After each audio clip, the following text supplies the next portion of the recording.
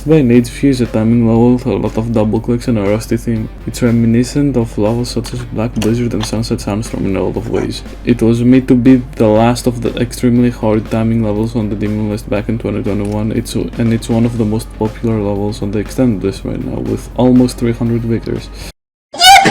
I'm gonna take a look on how the level plays and what it does well. Note that this is just my opinion, you can freely disagree with it. This level is notorious for having an extremely hard pre-drop. Personally, while I found it very consistent, especially during my final few sessions, that doesn't make it easy at all. The main reason that is because of a few clicks, primarily the 10% jump, the 12% and 14% double clicks, and sometimes the micro click at 15. The rest of the timings get really consistent, at least in my experience, but even those aren't easy. Overall, it is definitely the hardest part of the level when we are talking about getting good at it, despite a lot of the difficulty boiling down to a few clicks. I personally find this part to be really satisfying to play, especially when you're doing it right. The deaths that happen don't really feel unfair. I think it works very well as the beginning of the level, even though it is kinda annoying to die to it over and over again. The first half of the drop is fun, but also really hard. The transition into the drop can feel a little bit weird at times though. Getting used to it took me quite a bit of time. The cube right after the ship is a bit jank, especially the pink dash orb at 26%. A lot of the time it's physically impossible to do because you don't go high enough. You need the specific alignment for it. This might be a byproduct of 2.2 buffing the level, but I'm not quite sure. Either way, it is a really big choke point, at least in the version of the level I played, and it's probably the hardest click in the level. After that, there is a set of timings that are really hard, specifically the blue orb timing. The rest of the timings aren't as hard and are quite linear in comparison. The ball part after the cube is interesting. I especially like how it flows, however, it just feels a little bit too hard. Especially the blue orb you have to click 2 times, which sometimes feels like you should have done the timing when you just clicked a little bit too early. Other than that, it is a really satisfying part to play. The wave I don't have much to say about, it is just a really satisfying part that fits the level really well.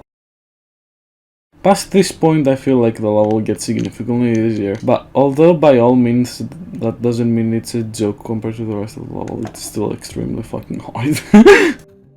The first click after the wave is so cool. The way you do it is you click the orb after you go through the first blue portal. It goes with the song really well and it's really satisfying to do. The ship right after is really cool as well, although it can feel very anticlimactic dying there. Now here comes probably the dumbest part of the level, which is the 52 double click. Now thankfully I found a consistent way to do it, but to summarize why it's probably the worst click in the level, it's because the blue and red orbs don't align. If you double click too early, it results in a delayed second click which makes you hit the spike. I don't understand why it is made like that, and it's genuinely something that is very annoying to die to. It doesn't really help that the timing before the double click is also extremely hard and easy to die to. Okay, so to demonstrate what I mean by this is kinda inconsistent is that if you click the first blue orb too early, which sometimes you cannot click it later because of this timing right here, this will happen, like this right here will happen, and I feel like that's very annoying and unnecessary.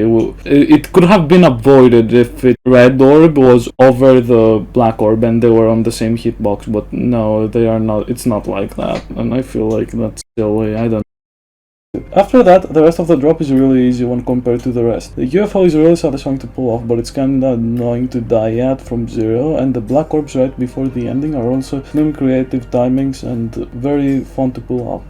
This part is unique. It's a slow part that has very tight timings that feel like they come off from a different level, but that's not necessarily a bad thing. It's extremely nerve-wracking, and as is the case with most of the level, it's really satisfying to pull off. Most of the timings, with a few exceptions, feel like the exact same difficulty. The only clicks that stand out to me as quite a bit harder, or as I like to call them, clicks from hell, are 77%, 85%, and 89%, and maybe 81%, but that just might be me. Even then, every click in the ending is hard to pull off from 0 due to nerves. This part is probably the least consistent, however it's not a big deal since it's one of the easier parts of the level, and after a while you will be good enough to be able to do it from 0. This part kept me at the edge of my seat. It's genuinely one of my favorite parts to play, especially from 0.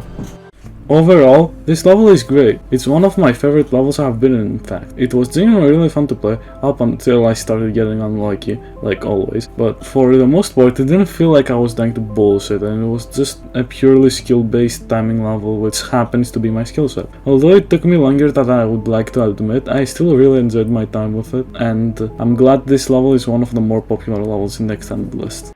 Hey, if you have reached this far, thank you for watching, and if you like what you saw here, just let me know, because I would like to make some more of those review stuff. The reason why I didn't just upload a regular completion is because I wanna do this type of thing where I just write about what I thought of the level as of the gameplay of it.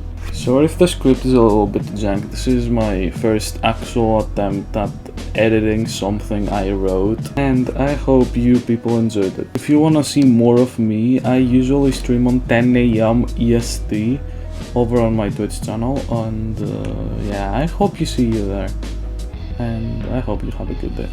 Goodbye.